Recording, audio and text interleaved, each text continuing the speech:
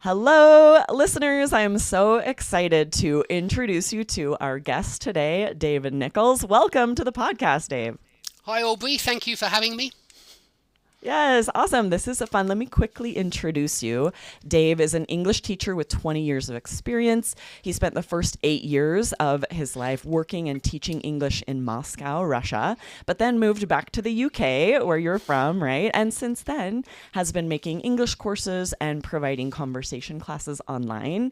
And Dave is here to share the 3 most common pronunciation errors he hears and tips for how to avoid them. So I'm so excited for this. All of our listeners are working to improve their pronunciation just with the goal of being clear, being understood, right? So welcome. Excited for you to share these tips today. Okay, yeah, thanks for having me, Aubrey. I've got some different words that I often hear mispronounced here, and I'd be interested to hear how you pronounce them as well, because I'm well aware that in America you have a slightly different accent than we have in the UK, and so I'd like to know how you pronounce these words too. Okay, yeah, this is going to be interesting, right? The American accent is so different from the British accent, but as we know, there are regional dialects in both countries. So even the way I pronounce things is different from Lindsay or a lot of other American English speakers. And as you said, Dave, very different from many British English speakers. Yes, all over the country here, people have very different accents, and it's actually much harder for me to understand someone from Scotland or from Ireland than someone from the United States. Interesting. Yeah. So this is going to be fascinating. Let's start with this first sound that you want to talk to, and we'll hear how they sound in my accent and in your accent. Okay, yeah. So firstly, students have a lot of trouble differentiating the sound of walk, and I mean when you're walking or running, that kind of activity, walking, and working. And I mean when you go to work and get paid, when you go to the office or go to the factory and you go and get paid, you work. But when you go somewhere on foot, you walk. And so there is a difference. In British English, we say walk, yeah, when you're walking, or work when you're working. How do you say those sounds?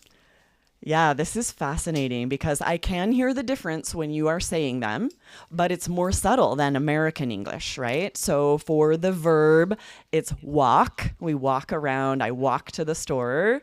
But then the verb, we have that harder R in American English. So work. I go to work every day. And they are more distinct in American English. Okay, yeah, so it's in British English that they're closer, and perhaps this is why my students have problems differentiating the sound. And there is a third word which is very, very similar but different in British English. We have walk for when you're walking, we have work for when you go to work or go to the office, but we also have walk, which is a very short sound. It's shorter than walk or work. It's Yes. walk. And what is that walk? That's a noun, right? What does So it mean? wok is a noun in British English. It's a noun and it means something that you cook with. It's a frying pan that's very often used in Chinese cooking, stir Yes, like fries. a really deep pan, Exactly, right? exactly. And it's fascinating because in American English, that noun, a walk, sounds exactly the same as the verb walk. We pronounce them exactly the same. And they're similar in British English, but I can hear the difference when you say the verb and this frying pan. Let me hear them again. Give them in a sentence, somewhere that you would walk to, and then cooking with a walk. Okay, so yesterday he went walking in the park. Yeah, he went for a walk in the park for the walking. But yesterday he worked from 9 to 5. He worked. And give me one with cooking with a Okay. walk. And so yesterday my wife cooked some stir fry in a wok. In a wok. Nice. And it is so subtle that this I feel like is pretty negligible, whether you pronounce them like an American English speaker, walk and walk, or like a British English speaker. I don't know if I could even recreate how subtle that difference is. Say them for us. Walk and walk. Walk, work. Walk, And the work, noun? and the noun walk. The noun Walk. is shorter, It's in my opinion. It's a right. shorter sound. Walk, Right. work, walk. Yeah, this walk, is so work, interesting. walk. So, whether you are sort of learning from a British English teacher or American English teacher, what's really important here is that it's clear. And usually it will be from context, right? I walk to the store, Yeah. I go to work at noon. Yeah. Often you can tell in context, but you do want to make sure that you are pronouncing these sounds clearly so that the message is always clear, right? Whether you say it more like an American speaker or like a British speaker, and that you can hear the difference, right? So walk and then work for me with that hard R. It's a more tight sound, right? My mouth, to make that R, I am creating tension inside my mouth to make that work, which is a sound you never make, right, Dave? In British it's English. different. It's different. We say work. I think it's less taut. It is. It's not such a tight sound. Exactly. Your mouth is more relaxed inside to make that sound. Exactly. Okay, so this is really interesting. And as you hear from us here a lot on All Ears English, it's not about making those sounds perfectly, and there is no right or wrong as far as which accent you're choosing, which dialect you might be sounding more like. But what's important is that you understand what others are saying and that what you say is clear so that your message is clear. Absolutely. I couldn't agree more. It's the most important thing is that the other person understands.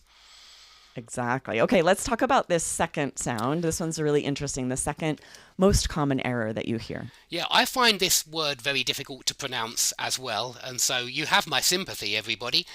Clothes. Clothes. Yeah, and we mean shirts, trousers, shorts, jumpers, coats, clothes. And I want all students to notice that it's only one syllable. It's only one sound. It's clothes.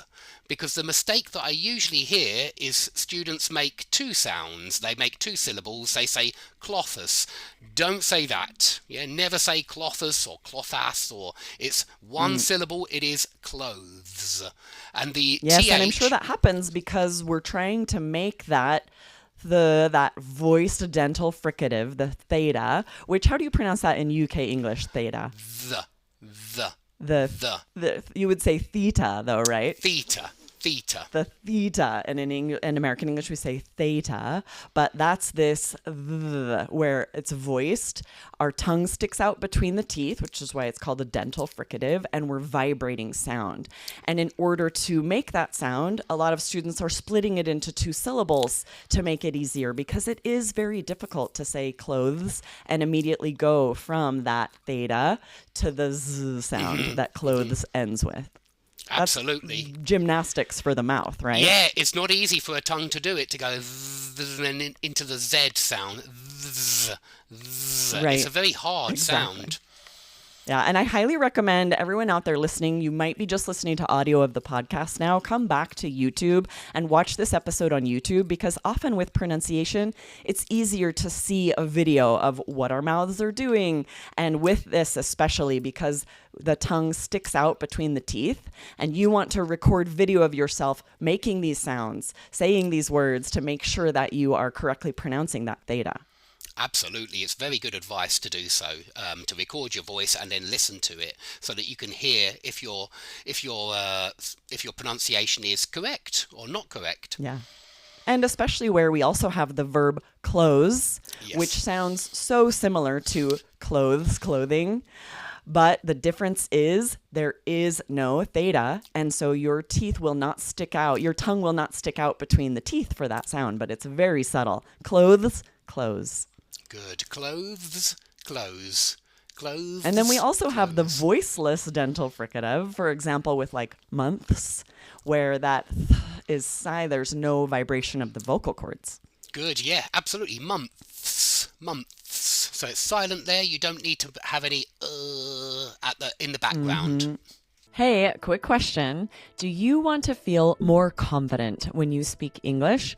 If so, we made a free guide for you. It'll help you avoid those common mistakes and start speaking more naturally in real conversations. Go grab it in the description below. And if this is helpful for you, make sure that you like and subscribe. We're here 5 times a week to help you connect in English. And you had shared with me an excellent tip about biting your tongue to make sure you're doing this correctly, because you didn't always pronounce these sounds correctly, or at least a lot of British English speakers don't do this theta, right? Absolutely. I think a lot of British English speakers, when they're growing up, they use a f for a voiceless th and a v for a voiced th. So that's the F and the V, if you couldn't hear the difference, the F and right? the V. Exactly. They say clothes, and that's how I grew up. That's how I said it when I was growing up, certainly. And I hear that sometimes on podcasts, TV shows. We'll hear that native English speakers that are, you know, creating that sound that way. No right or wrong, but if you are wanting to clearly make sure the sounds are correct, you will want that that dental fricative where it sticks out between your teeth, your tongue. So what is this advice about biting your tongue?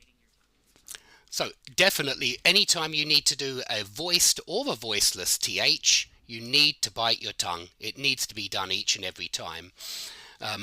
It can't be avoided. A lot of natives will avoid it by using a f. They'll say thank you. Yeah, thank you. I think lots of British speakers say thanks, and they do it like an F, like f. But it should be thanks.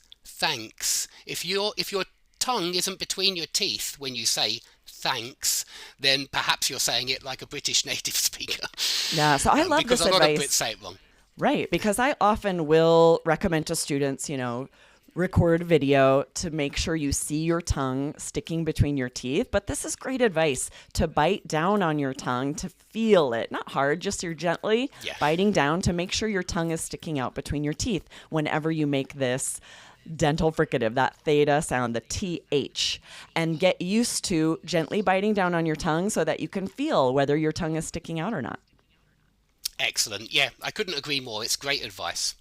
Yeah. Okay, let's move on to this third sound that you hear pronounced incorrectly a lot. So the third sound is the silent letter, and I think that we have a lot of silent letters in English spelling, sadly, and it makes it very difficult to pronounce words.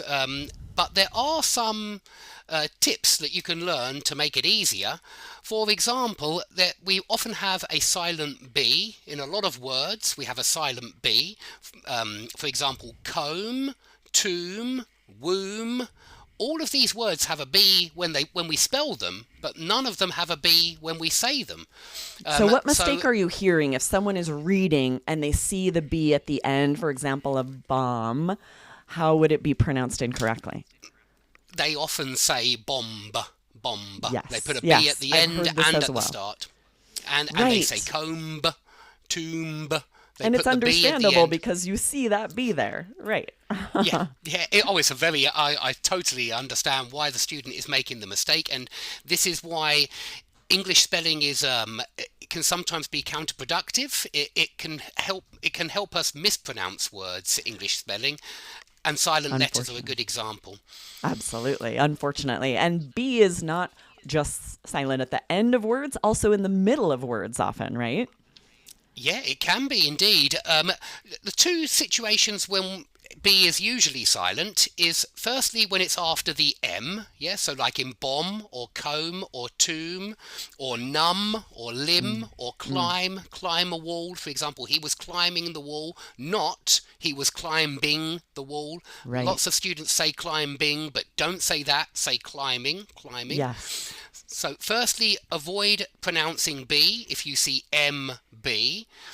Usually it is silent. There are some exceptions, but usually it is silent. And the second situation is when you have BT. And there are only a few words here I want you to remember. I want you to remember debt. There's a B when you spell debt, but there's not a B when you say debt. Right, so it's silent. Debt has a silent B. Doubt as well is a very common word with a silent B. And the third word is subtle. Yes, subtle. So there's a subtle difference between clothes and clothes. It's a subtle difference. It's a very subtle difference when you're listening. Right. And so I want you to remember those three words. Memorize debt, doubt, and subtle.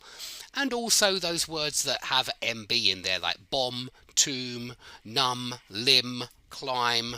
There were a few of them. Yes, Plumber, and these a are guy who... pronounced the same in American English. We also have that silent B, bomb, climb, tomb, debt, doubt, subtle, right? And this is a very common error. If you see it written and you assume we should hear that B, but you shouldn't. There are exceptions, like you said, bombastic. We hear the B, Good. subterfuge, subterranean. Good. But I think you're right. The ones that you shared should be memorized because they are used so often in English, and they should always have a silent B. Absolutely. And the best way to memorize these exceptions is to say them again and again and again. So to drill these sentences, you need to say them again and again. Repetition is very important for learning anything. Absolutely. But also, I think something that a lot of students perhaps don't do, but I know some do, I think it's very useful to listen to podcasts and to songs and to audiobooks, but read the lyrics or the words at the same time, because that will help you pull together what the word looks like and what the word sounds like. You need to pull those two things together so that you get it right. And another thing you can do is read aloud and record yourself, of course, to see if you're getting the words correct each and every time. Yes, this is all such great advice. I love the idea of listening to an audiobook, but then whenever possible, often you're listening to an audiobook and you're cooking, you're driving, you're doing chores, but when you can, have the words as well, whether that's on a Kindle or you have the actual physical book. Follow along with the audiobook and take note of this when there are silent letters, when there's something that you would have pronounced aloud differently, or read it out loud and then listen to the audiobook while following along. Note the difference, record yourself. There's so much you can do to be prepared to avoid these very common pronunciation errors. Absolutely. I couldn't agree more. Awesome. Dave, thank you for sharing these common pronunciation difficulties. I know many listeners out there maybe haven't even realized they're making these pronunciation mistakes and might now be aware of it, be able to work on it. So I'm very excited for this. Dave, can you share where our listeners can find more about you? Sure. I have a website. It's Skype-lessons.com, or you can come and find me on YouTube. I have the Mr. Skype Lessons channel. I'm sure you'll find me if you put Mr. Skype Lessons as one word into YouTube, and you can find my channel there. Perfect. That will work well because I definitely recommend everyone come and watch this episode on YouTube. Many of the examples Dave gave, you can see if he's making the F sound or the TH sound, and you might not be able to hear the difference on the podcast. So come watch this episode on YouTube and then go check out Mr. Skype Lessons right here on YouTube. Thanks again for joining us, Dave, and for these amazing tips. Yeah, thank you so much for having me. I've really enjoyed it. I appreciate being invited on the podcast. Thanks so much. Awesome. We'll see you next time. Thanks. Have a good day. Okay. Bye. Bye-bye. Bye-bye. Awesome. Okay, excellent. Was Thanks, that okay?